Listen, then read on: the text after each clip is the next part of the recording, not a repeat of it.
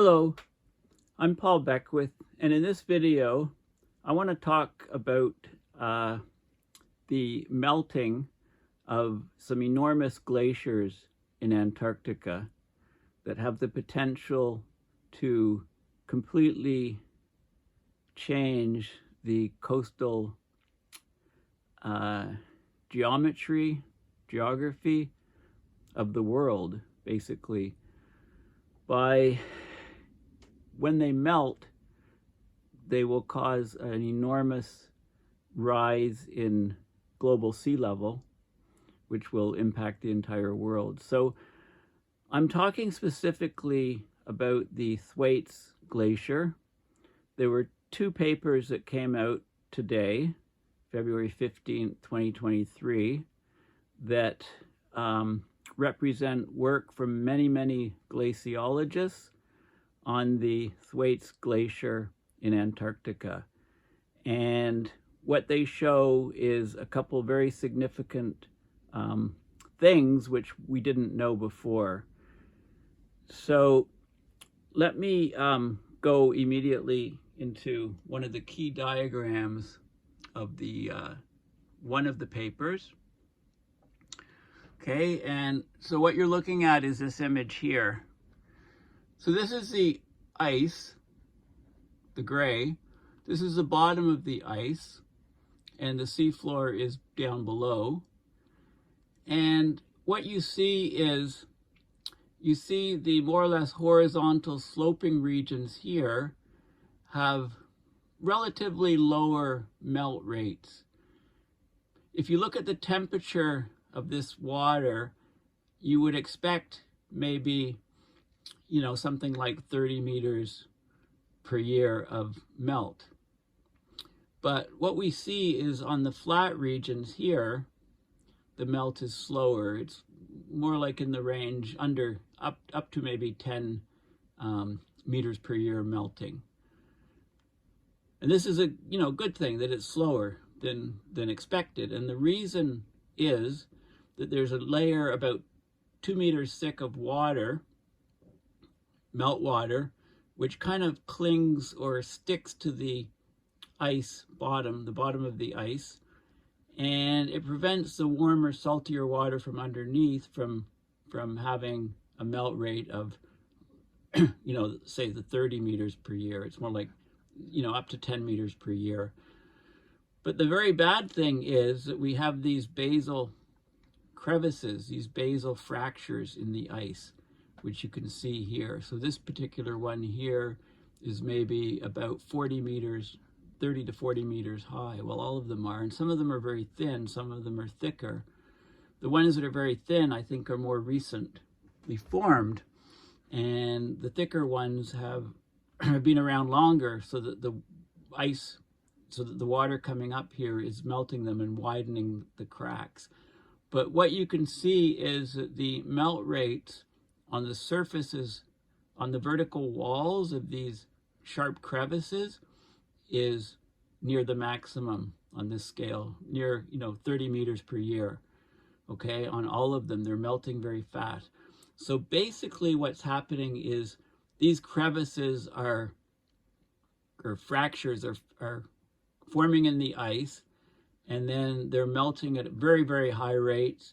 And this is a very bad thing, because when these things extend far enough up towards the surface of the ice, the whole thing can fracture, the whole ice shelf can break up.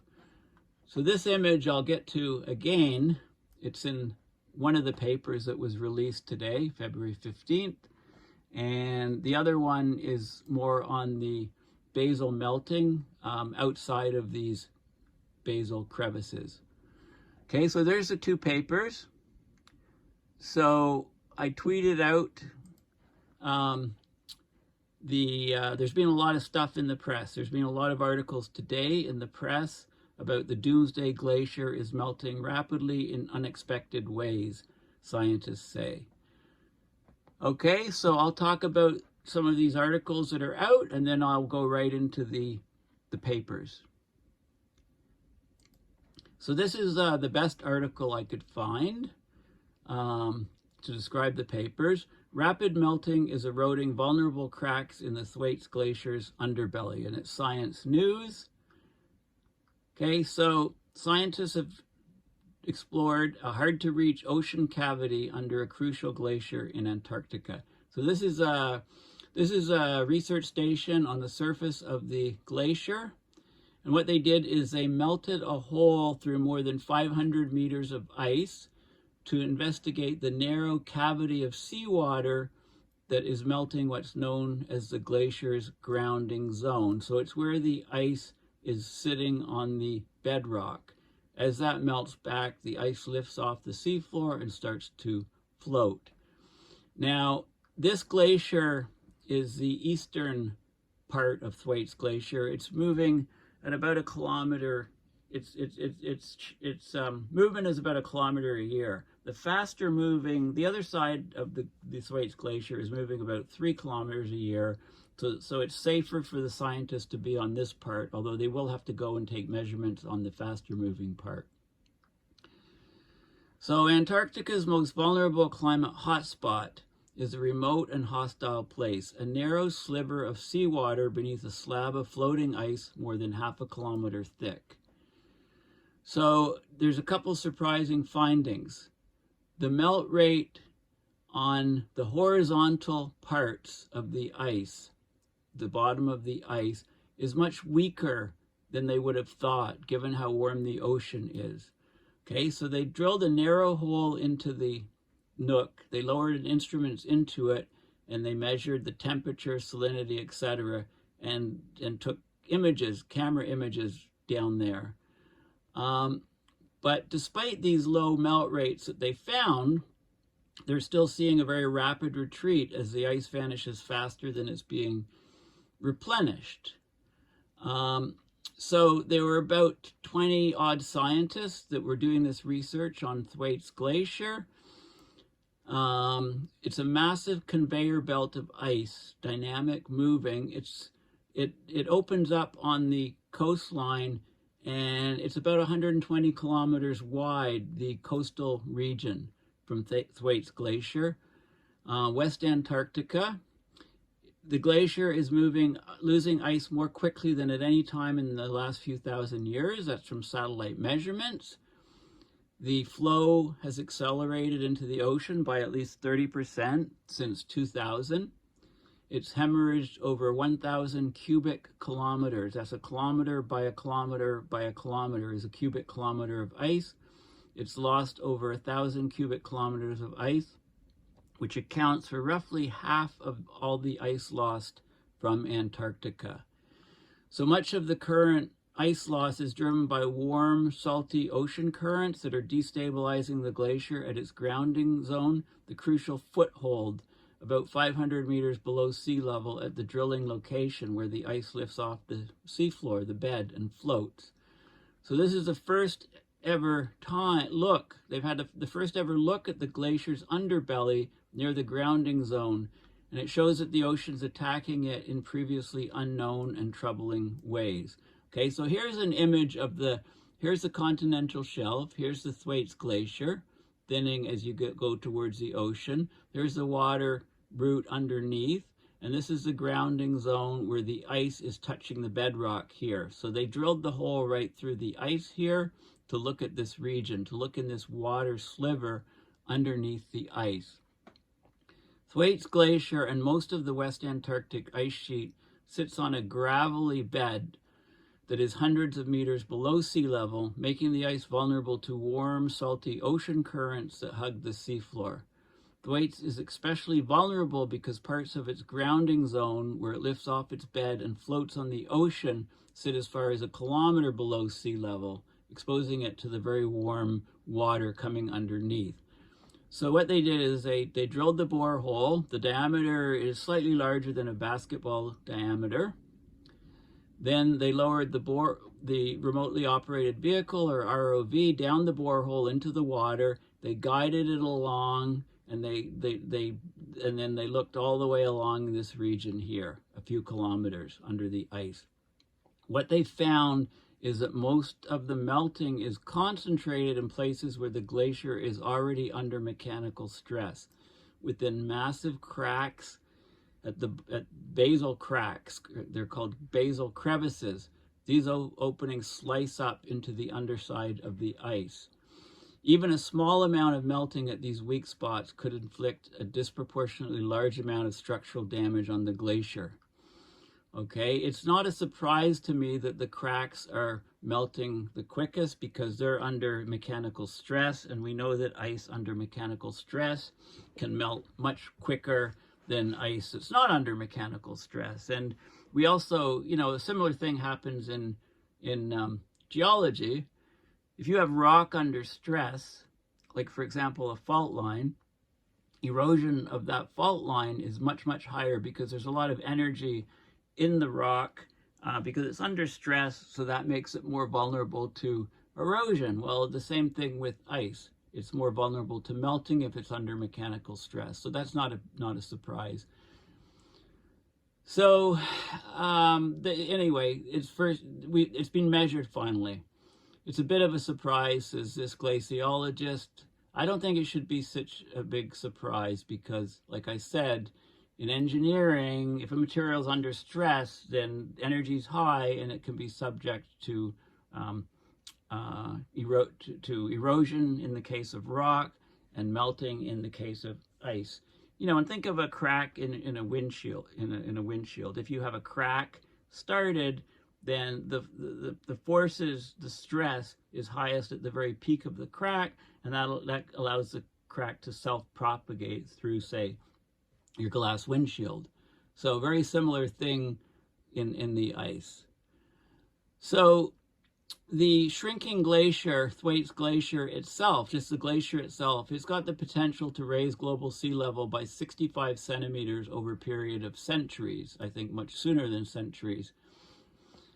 If its collapse, the Thwaites Glacier collapse, would destabilize the remainder of the West Antarctic Ice Sheet, and that would trigger an eventual 3 meters of global sea level rise. I thought that the West Antarctic Ice Sheet had about 5 meters of global sea level rise embedded in it, but this says 3.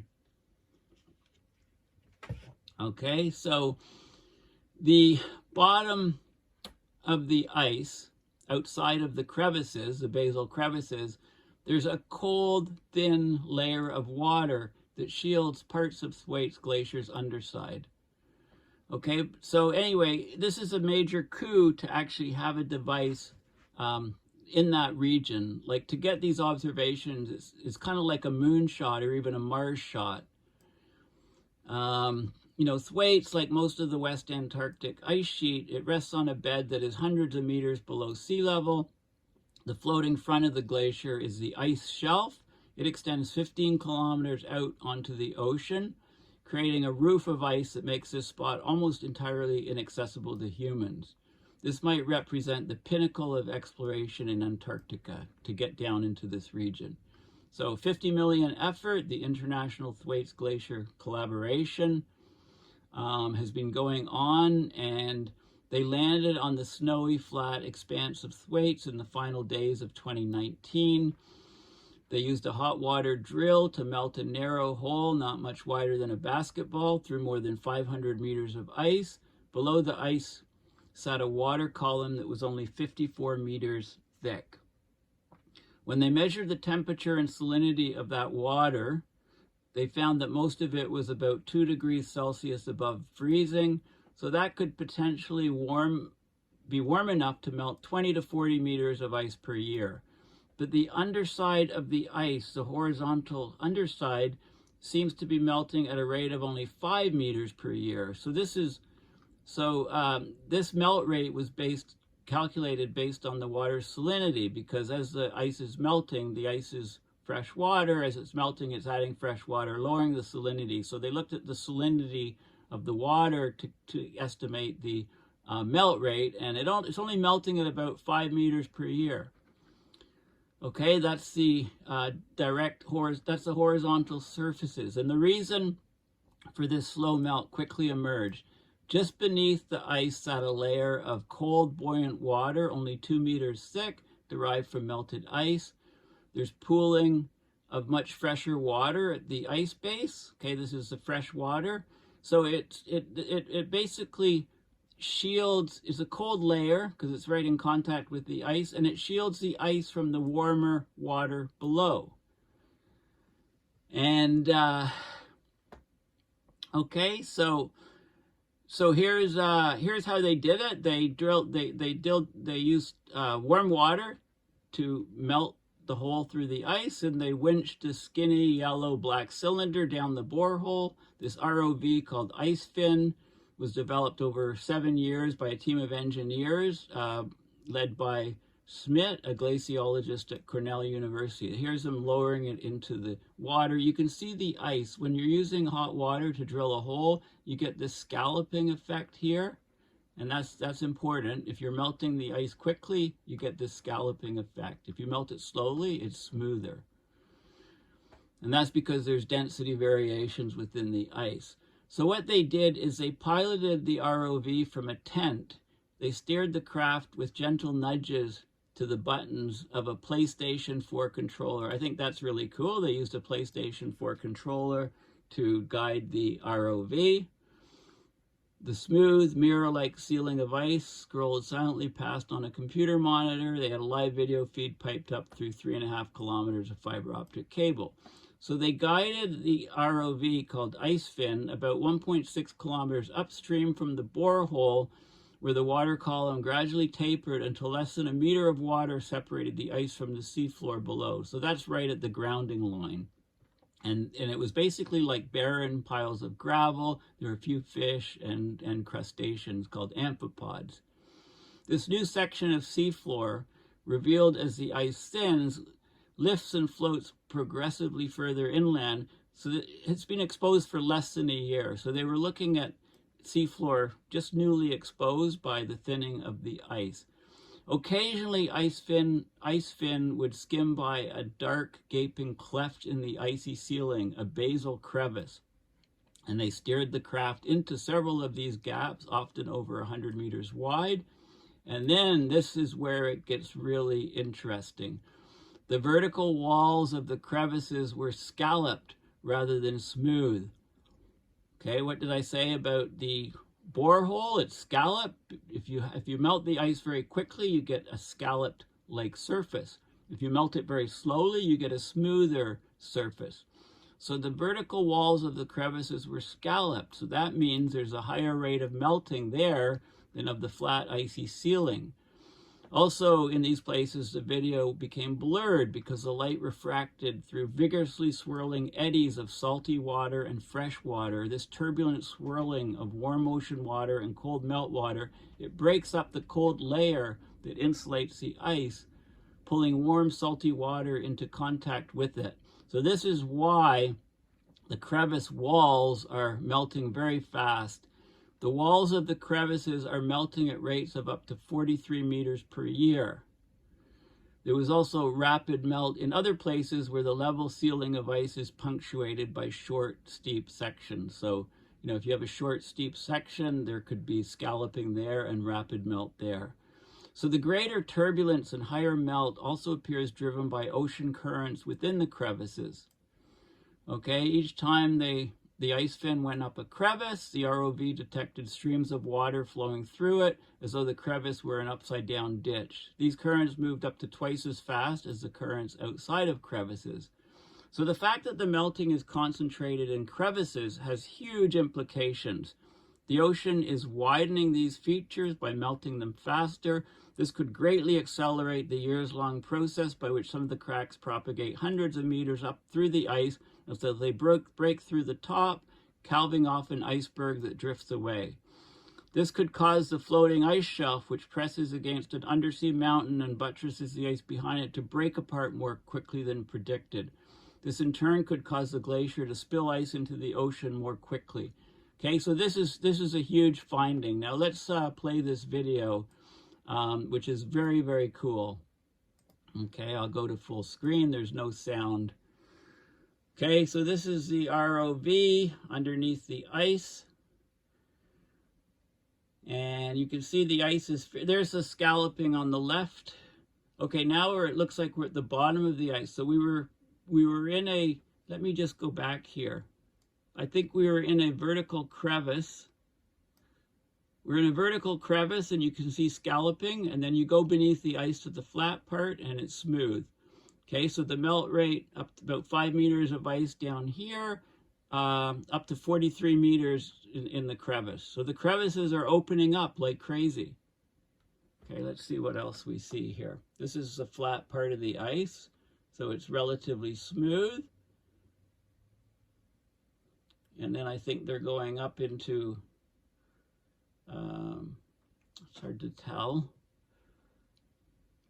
I guess they're going along the flat part of the ice. And then there's an abrupt change in the level, and there's scalloping, so higher rates of melt. Whenever you see the scalloping, it's higher rates of melt. So those little perturbations in the ice are where the melting is the highest. And there's some fish and scalloping. Okay, so the key is that it's important. So let me come back here. I think 11. Okay, we'll stop it here. Okay, so this is the vertical wall, and you can see the scalloping there.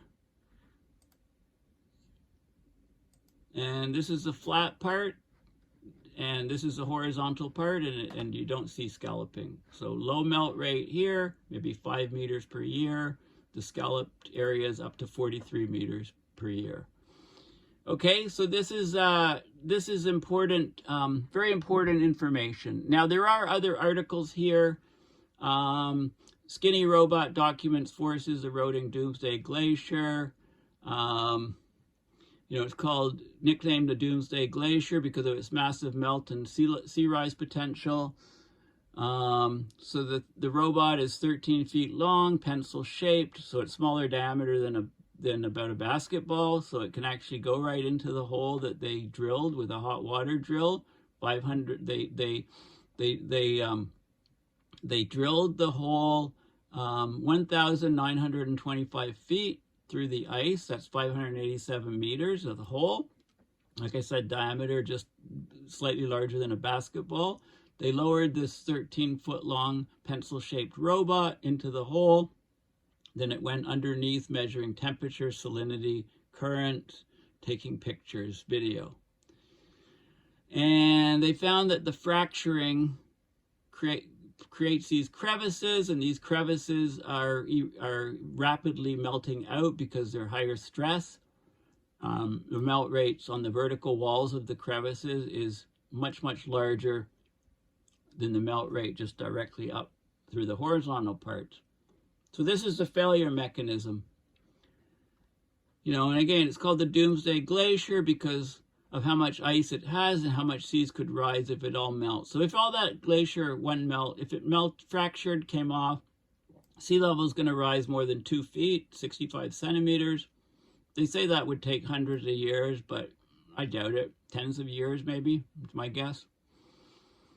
So the melting is dominated by what's happening underneath. Warmer water nibbles at the bottom, something called basal melting. And the basal melting is slower than they expected. That's the good news. Much of the flat underwater area they explored is melting much slower than they expected. The bad news, that doesn't really change how much ice is coming off the land part of the glacier and driving up sea levels, because the crevices, the basal crevices, are the problem, right? Once those cracks melt out and propagate up to the surface of the ice, then you get the whole thing collapsing, the whole thing breaking, right? You don't lose these glaciers by them melting out in place. You lose them by dynamic processes. So anyway, so there's lots of other articles on it, but I couldn't access the Washington Post. I could on my phone, so I read the article. Here's an image of this skinny robot working a couple years ago. So this was the robot nicknamed Ice Fin, operates under the sea ice. So this is, you can see light coming through the sea ice. You can see the roughness of the bottom of the sea ice. This is under sea ice near the McMurdo Station in Antarctica in 2020. Okay, so they've used this pencil-shaped robot before. And most of the stuff in this article is a repeat of the other articles. Okay, but they do mention here that the eastern, this is on the eastern, larger and more stable part of Thwaites, this work. Researchers couldn't safely land a plane and drill a hole in the ice in the main trunk, which is breaking up much faster. So the eastern part is moving about 1 kilometer a year. The rest of it, the main part, is moving 3 kilometers a year. So this research is done on the safer, slower moving, more stable part of Thwaites, but they'll have to go to the more quickly moving part and repeat this data. This is a very good article that was appeared, Smithsonian Magazine, How We Came to Know and Fear the Doomsday Glacier. So it talks about sort of the history. There's lots of good photos of the glacier.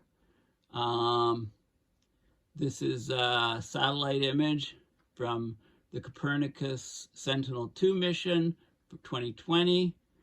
They talk about the first entry of ships into that region back in 1985. So it goes into the history. So this is the Coast Guard Icebreaker Glacier in Pine Island Bay. Pine Island Glacier is PIG for short. Okay, it's another very, very fast-moving glacier. Okay, so they talk about these sort of things. So here's a map. This is Antarctica, the Antarctica Peninsula. This is the region that we're talking about, blown up here. So this is Thwaites Glacier. This is Pine Island Glacier here.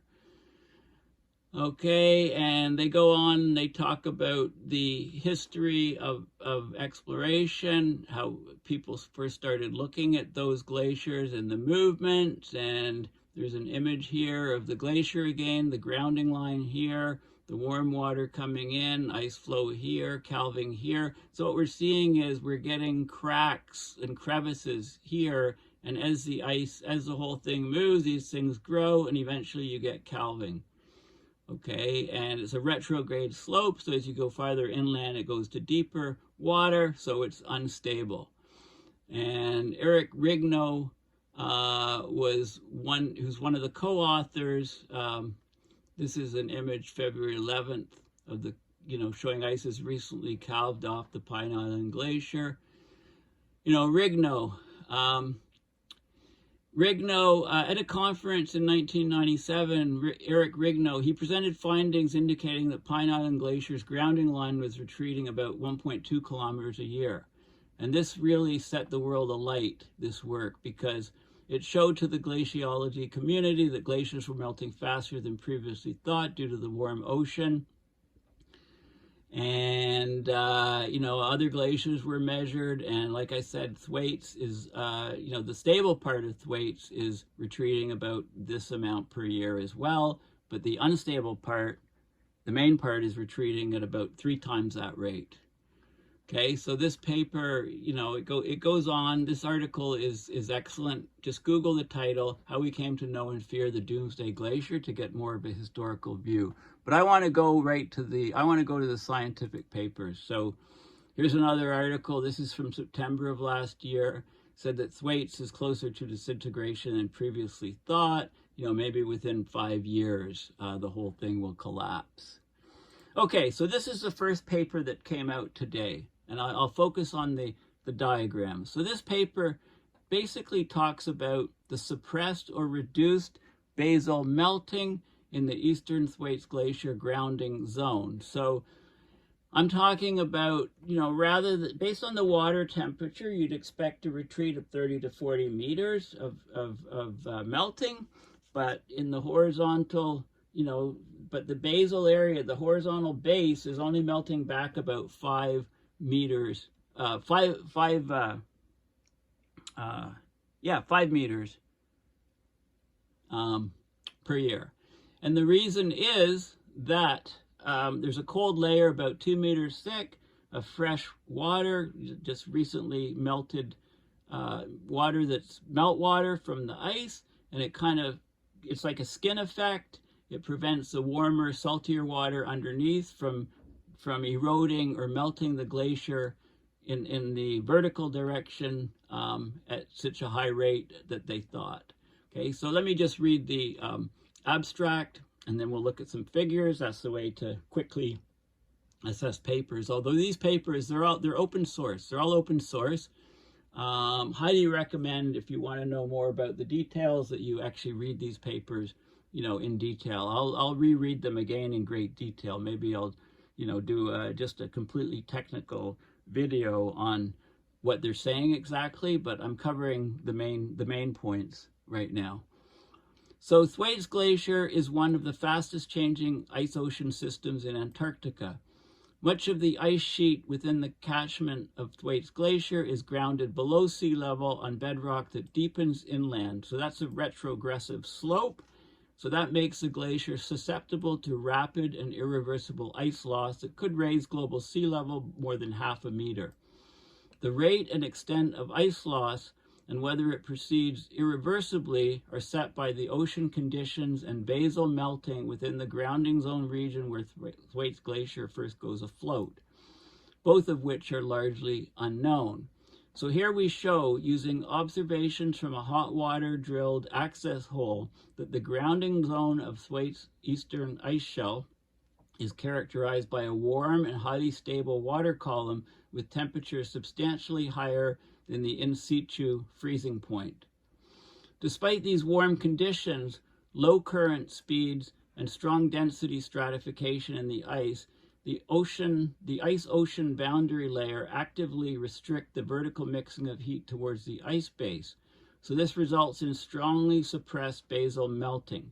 So if you just go by the temperature of the hot water, you'd expect, melt rates of 30 to 40 meters melting back, so of the ice, so thinning of the ice. But because of this boundary layer of about 2 meters of cold fresh water stuck on the base, that's suppressed. It's not 30 to 40 meters, it's only about 5 meters per year. Okay, so that's what this paper is showing. Okay, so you'd think, okay, well, that's good, that's a great thing. So here's some images of the glacier. This is Antarctica. This is the Thwaites. This is the this is the catchment region of the glacier, and this red square is here, and these are some different measurements from previous data, and this is where the hole is drilled. This is an expanded version. The green box is here. So the hole is drilled there, okay, through the ice. And the temperature of the thermal driving near the ice-ocean interface reaches 1.54 degrees Celsius. So that's the that's the temperature that above freezing that the warm water is, so it can melt the ice. But there's a salt stratified basal boundary layer within 2 meters of the ice-ocean boundary where there's a sharp gradient in salinity. So this creates a strong barrier to vertical mixing and thus actually protects the horizontal ice. Okay, so you can see this is the bottom of the ice, and this is the temperature profile, okay, on this scale here. So as you go down deeper, it's warming, it's further away from the ice. This is a salinity profile. It's fresher, much fresher right at the ice surface, and then gets saltier as you go down. And this is the melting, okay, and there's other images showing, basal melt rate, meters per year. Okay, and so it's typically, the 5 meters per year. This is through over time, glacial meltwater, temperature changes, etc. This is an interesting diagram of the currents. So the colors are the different dates, and how far out the line extends is the velocity of the current, and the compass direction is the direction of the current. So you can see how it changes over time from January 2020 to March 2021. You can see how the direction of the current changes. interesting way of displaying it. Okay, so this is very interesting here. So this is where the ice is grounded. This is the ice here, extending down, the thickness of the ice below the surface. And then here you have water, and you have these crevices, these cracks here. Now, I think that the very narrow cracks are very recent cracks. Once the crack occurs and the seawater gets in, and because the melt rates are very, very high on the vertical surfaces, it widens the crack significantly. These things propagate up through the ice, and the whole thing can break apart. Okay, so that's basically the gist of it. It's not the melt rate upwards here, which is slow. It's a melt rate in the crevices, making them wider, which can then shatter the whole ice shelf. So this is the mechanism that that paper is showing. The second paper goes into more details of this heterogeneous melting. So it's depending on the surface, it's melting at different rates. So let's go back down to the image that I showed you at the very beginning of the video first. Okay, so here we go. Okay, so this is a key image, I would say. This is the melt rate meters per year. So the blue to purple, up about 10 meters per year. So all of these areas, the flat areas, are basically the slower melt rate. In the crevice, the vertical size of the crevices is a much higher melt rate. Actually, the scale goes to 30 meters per year, but we know they measured up to 43 meters per year in the highest crevice. And again, these crevices or cracks will have occurred more recently because they're extremely narrow. Once the water gets in, once the crack forms in the ice, and it propagates, the highest pressure is here, the stress on the ice, so it can propagate up like cracks in a glass windshield in your car. Once the water gets in, it melts the edges back. And so the wider the crevice, I think the longer it's probably been there, but there's other factors involved here too. Okay, so I think this is a key diagram, but let's go through and see what the paper says. So Thwaites Glacier represents 15% of the ice discharge from the West Antarctic Ice Sheet. It influences a wider catchment. It's grounded below sea level. It's susceptible to runaway retreat, triggered at the grounding line, at which the glacier reaches the ocean. Recent ice flow acceleration and retreat of the ice front and the grounding line indicate that ice loss will continue. Here we show sustained ground line retreat from at least 2011 to 2020 and resolved mechanisms of ice shelf melt at the submeter scale. Our conclusions are based on observations of the Thwaites Eastern Ice Shelf from an underwater vehicle extending from the grounding line to 3 kilometers oceanward and from the ice-ocean interface to the seafloor. These observations show a rough ice base above a seafloor sloping upward toward the grounding line and an ocean cavity in which the warmest water exceeds 2 degrees Celsius above freezing. Data closest to the ice base shows that enhanced melting occurs along sloped surfaces that initiate near the grounding line and evolve into steep-sided terraces. This pronounced melting along steep ice faces, including in crevices, produces stratification that suppresses melt along flat interfaces. Okay, so basically the keys are these diagrams here. So there's maps here. There's images showing the seafloor sloping up underneath the ice flat regions of the ice, big crevices, narrower crevices. Okay, so that's the key. This shows you striations and scouring in the seafloor. The seafloor bathymetry near the grounding line. There's flow-ridged bed forms having several different wavelengths. So as the ice is retreating, it's scraping away parts of the gravel on this. Think of it as a gravel base. And you can see these striations, which are indicative of, how the ice is moving. It'll be moving up and down with tides, etc. Anyway, you can see the scouring on the seafloor. You can see, measure temperature and take images. So this is an image here, I believe. And there's images here showing the scalloping on these surfaces. If this is a terrace, over here a smaller terrace. Okay,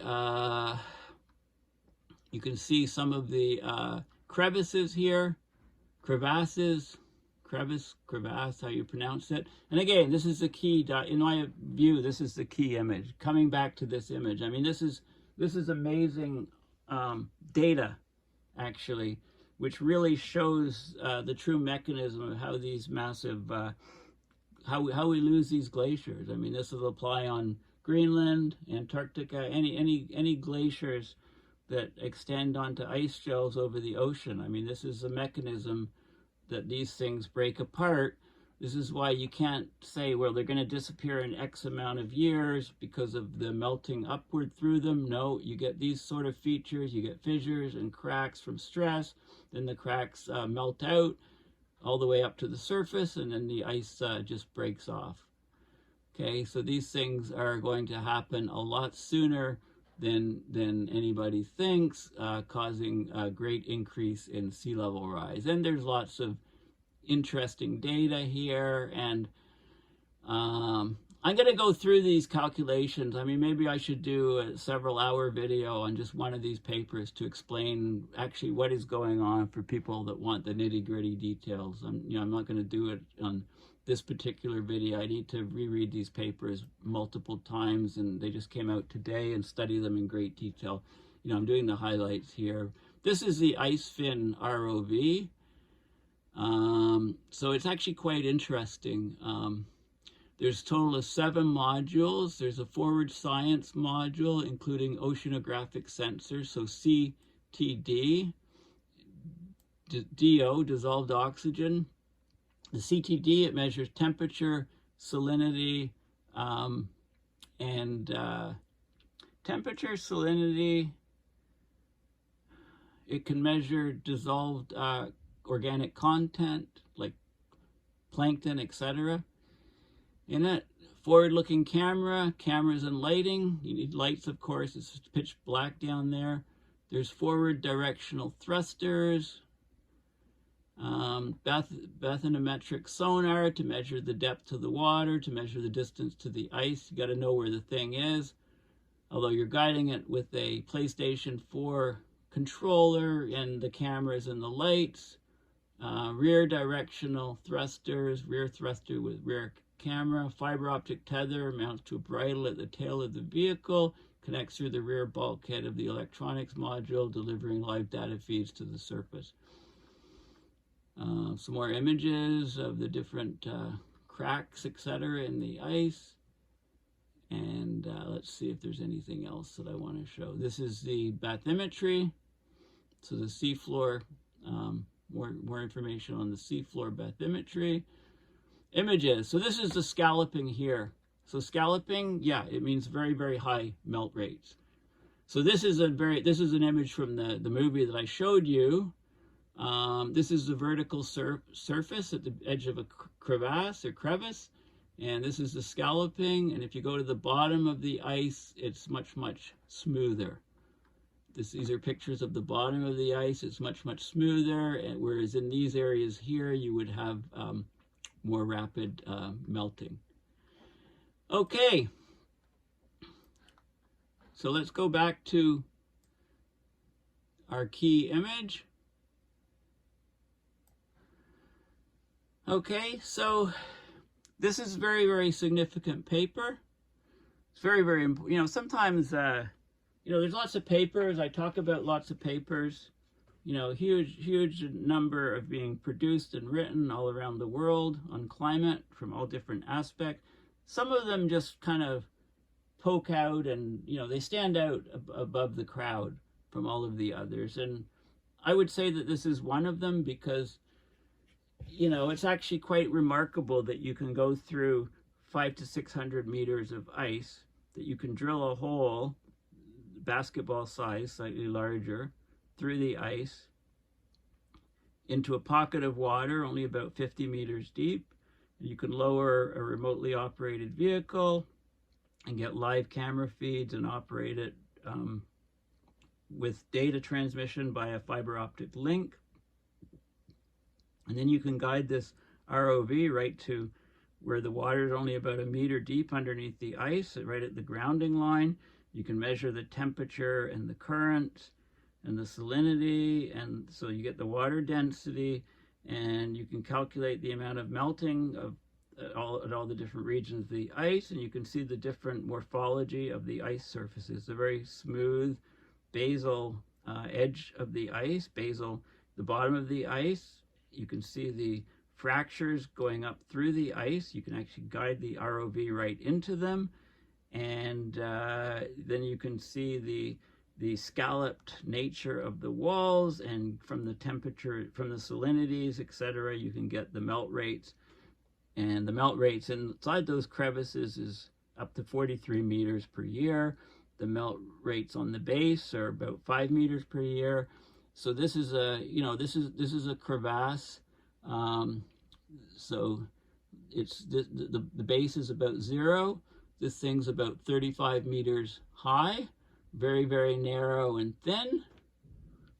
And then you can see these guys here are about the same height through the ice, but there's very, very high melt rates on the edge. So you can actually, based on the melt rates of the vertical surfaces, and you see the scalloping on these surfaces, you can actually estimate how old these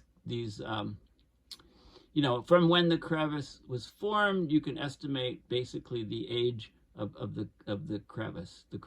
You can see, and therefore you can have an idea as to how quickly it propagates, and that gives you a good handle on what we may expect, how long it would take this thing to, say, propagate up to the surface of the ice and cause a complete catastrophic failure. And remember that the ice is flowing. The ice is always flowing to the right, and it's getting thinner and thinner, and then it extends onto so it narrows into an ice shelf. So remember that these cracks are appearing quite near the grounding line, and as the ice propagates along and it gets thinner and thinner, the cracks become a larger fraction of the total thickness, and eventually they're also growing in the vertical direction, and they're getting wider because of the melting, and eventually the whole ice sheet breaks up catastrophically, and you get a very, very rapid calving event of that whole thing. And then that underpins, once that glacier goes into the ocean in ice cubes, large pieces, then the glacier behind it is released, like taking the cork out of a bottle, and you can see the whole system cascading into very, very rapid melting, very, very high, fast sea level rise. Okay, well, thank you for listening, and please consider checking out my website, paulbeckwith.net. Please consider donating to my PayPal account to support my research and videos. And make sure that you check out you can go and check out my YouTube channel, and you can search for different topics of videos. Right, you can just do searches for particular videos, and make sure you check out this video. I was dangling my glass arms to my cat, and he was like trying to chew them, and had his claws out, and then the dog Newton thought, what's going on with the cat? Goes, puts his paw on the cat, and he sort of calmed down the cat. Well, I was getting the cat all riled up. I was trying to entice the cat Shackleton to take a swipe, inadvertently at Newton, just to see what the fireworks would be, but that never happened. They're great friends. But anyway, check out that video, and thanks again for listening, and I'll chat again soon. Bye for now.